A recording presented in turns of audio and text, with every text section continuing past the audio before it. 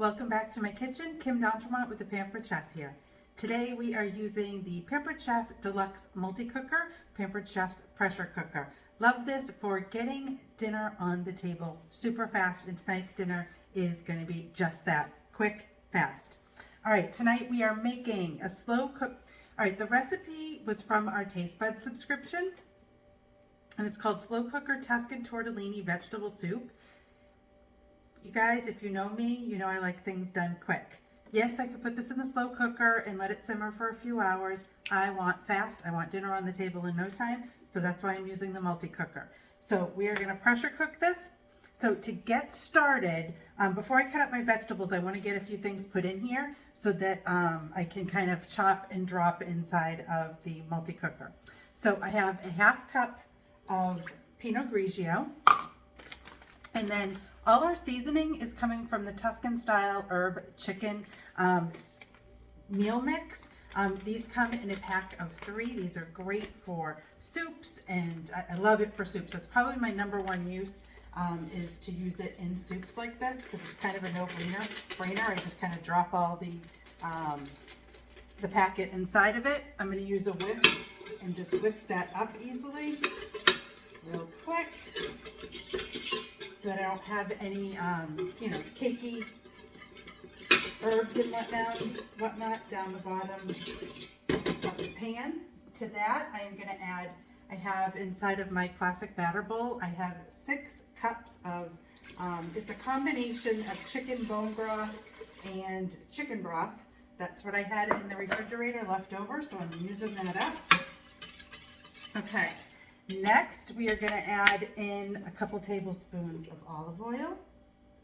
1, 2. I need some tomato paste. So I don't use a lot of tomato paste, and whenever I buy those little cans, I use a little bit and then end up throwing the whole can out. So I started buying them in these little metal tubes, and now I can use it whenever I want. And I just need a couple tablespoons of that, and I'm just eyeballing this. You can certainly use some of our measuring spoons and whatnot to measure that out exactly. Give that a quick whisk. All right, next, a couple nights ago, we had chicken tenders on the Deluxe Electric Grill and Griddle. So I cleaned them and got them ready because I knew I was going to need them to make soup a couple nights later. So I already had everything, all my chicken nice and cleaned. I took the that tendon out that kind of gives it that weird bite. I don't like that in my chicken, so I took that out and just cut it into some bite-sized pieces. And that is 2 pounds of chicken tenders. You could use chicken breast, you can use chicken thighs, whatever you want to use for chicken. All right, let's get that in there. Mix that around. All right, next is our veggies. Put that over there. Super easy, guys. We're going to use one of my favorite products from Pampered Chef is the Rapid Prep Mandolin. This is awesome for cutting up veggies super fast. I think I have pretty decent knife skills, but this just makes, especially in something like a soup that you want a consistent cut so that everything cooks evenly, this is a great use for this. So on the back of the mandolin, there are 2 different dials. So this dial up here, you can slice, which is what we're going to do tonight. I can do a julienne, which is thin strips, or I can even do French fries. And then there's this bottom knob here, dial. It goes from 0 to 8, depending on the thickness that you want. And I want these to be pretty thick, so I'm going to do that at an 8.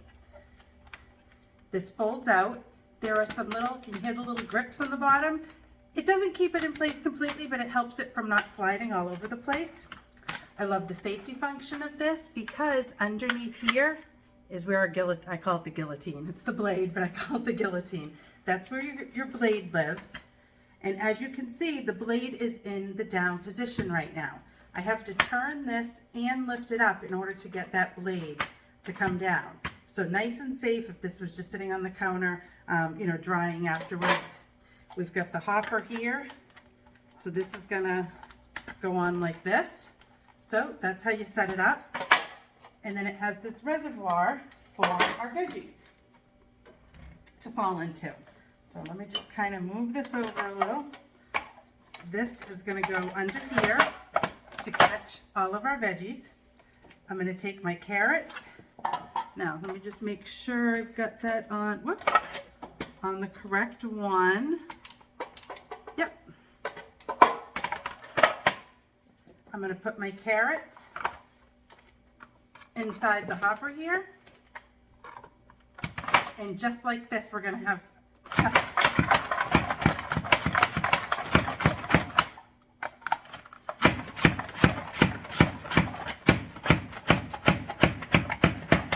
boom. I don't think many cooks out there could probably have done all those carrots in that little of time. And we have nice, consistently cut carrots. I'm just going to drop those in here. Next, do the same thing with my celery. Like I said, I'm doing it on the largest setting because I don't want my veggies to get mushy as they cook inside of my soup.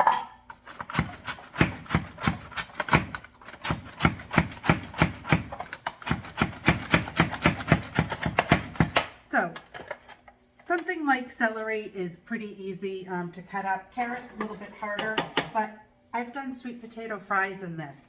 Takes a little bit of wrist action, but you guys have heard me say I have arthritis. Putting too much pressure on them usually hurts, and this does a fabulous job doing French fries and even doing them with sweet potatoes, which are a very hard veggie. All right, the recipe does not call for mushrooms, but I have some mushrooms, so I'm going to add them in here, use them up. So I'm just trying to put my mushrooms on their side so that when I slice them, I get slices instead of big chunks. Couple more mushrooms go in. See how fast this goes, guys? So if you love to make soups with a lot of veggies, this is a great piece to have. This is also great for doing things like, you know, veggie trays and stuff like that.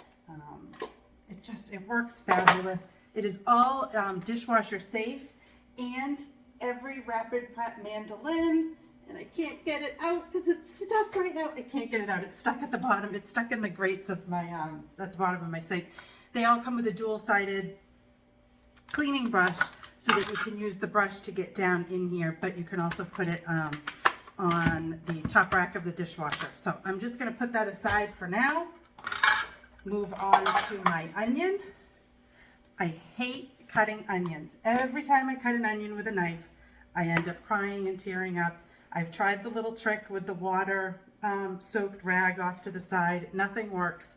So my food chopper is tried and true when it comes to this. And it's a great way to relieve some stress, let's face it. So I'm just using my food chopper.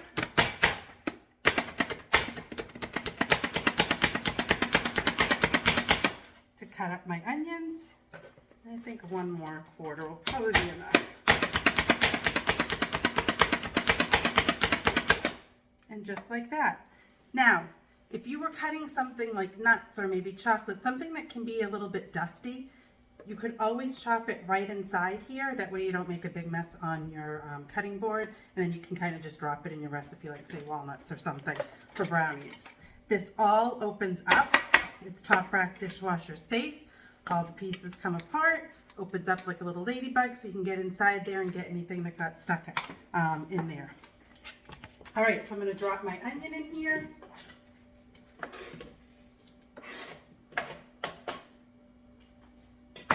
Just going to give it one little mix. Make sure I have all my ingredients. So I have my dry white wine, my chicken, my Tuscan style herb chicken mix, vegetable broth, my chicken, onion, carrot, celery. I added mushrooms, tomato paste, olive oil, and if you wanted to, you could do red pepper flakes, but I'll let my family put those on the side if they would like. All right, so my video is 9 minutes long right now, and everything is done inside of the multi-cooker. I am going to turn this on. I'm going to put it on custom for 10 minutes.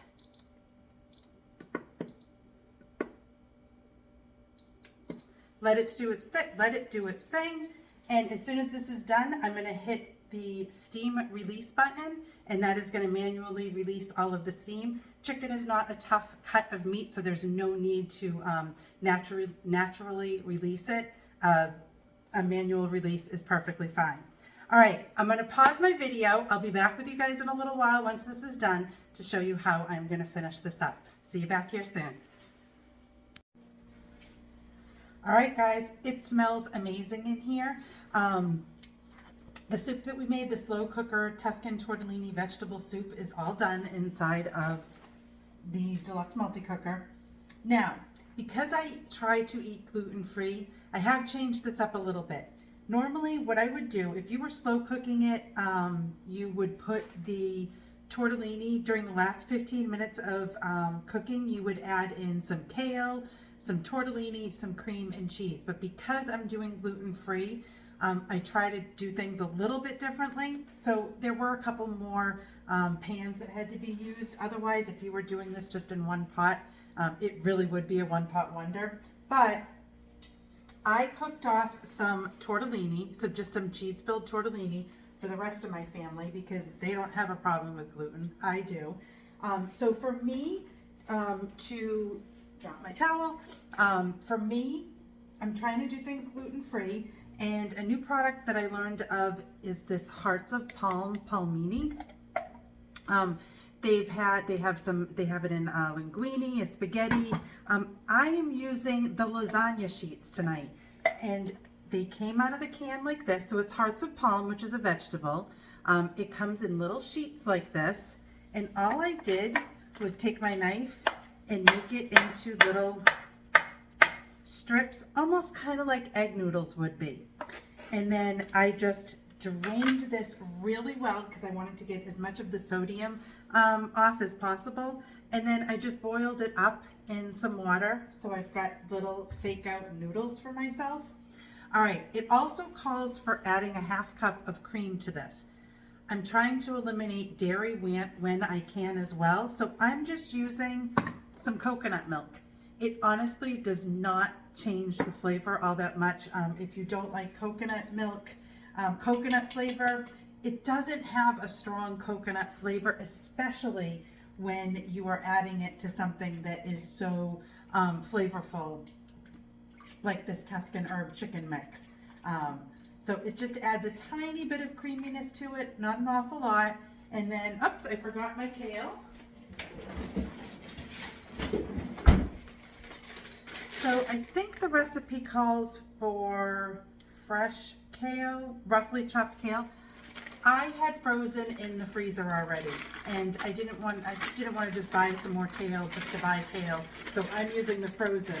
And with the frozen, it actually gets chopped up already inside the bag, just from opening and shutting the bag and stuffing it in the freezer. And you want it kind of small anyway, so you don't have big pieces in here. So I'm just adding a little bit of kale. If you don't like kale, you could add spinach.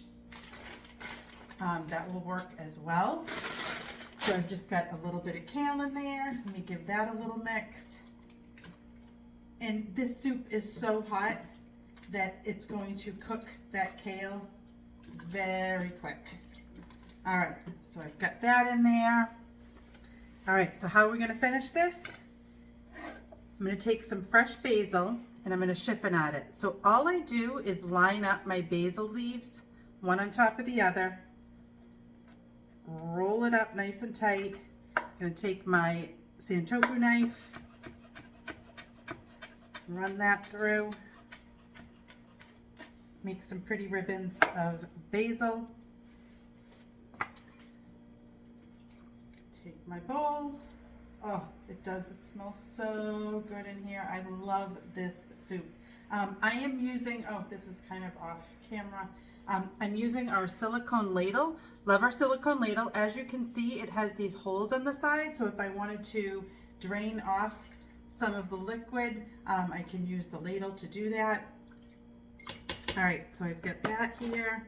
I'm gonna add some of my quote unquote noodles to my soup.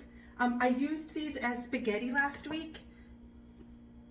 I really, it was a great fake out. I actually didn't mind it at all, and I do love pasta, but the linguine noodles, it was a great fake out. Once I added some meat sauce to it, the flavor of the meat sauce kind of overtook the hearts of palm anyways, and it was just like a nice texture. It made it a little bit more satisfying. All right, so I've got my noodles in here. I've got a little bit of basil that I'm throwing on top. And then I've just got some Parmesan cheese, because I can have a little dairy. It's just I notice when I have too much dairy, that's when I have a problem. So I would much rather get the cheese on top to add that little bit of nutty flavor to the soup than add cream in when I could just use coconut milk and make no difference at all. So I've got my kale. The veggies are cooked perfectly. My chicken is nice and tender. It's not dried out or anything.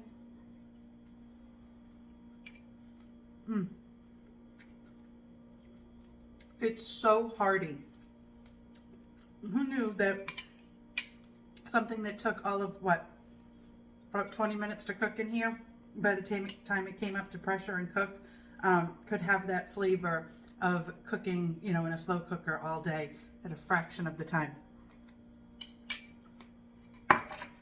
Excellent. Love this soup. Now, because I'm trying to cut out some gluten, I didn't serve bread with this, and they're already getting their gluten. They're going to have the tortellini. But if you did want some bread, you could do one of our beer bread mixes. We have a brand new sourdough bread mix that is excellent. And our Italian herb bread, oh, this stuff is awesome, guys. Once you open it, the smell alone is incredible. These are just fun to do. It's a great way to kind of pound out some dough. You let it rise and everything. Makes a nice crusty loaf of either the Italian herb or the sourdough bread, and it's super easy. Something fun to do, even with the kids. Kind of teach them how to make bread at home the real easy way. So there we have it, our slow cooker Tuscan tortellini vegetable soup inside the Deluxe multi-cooker.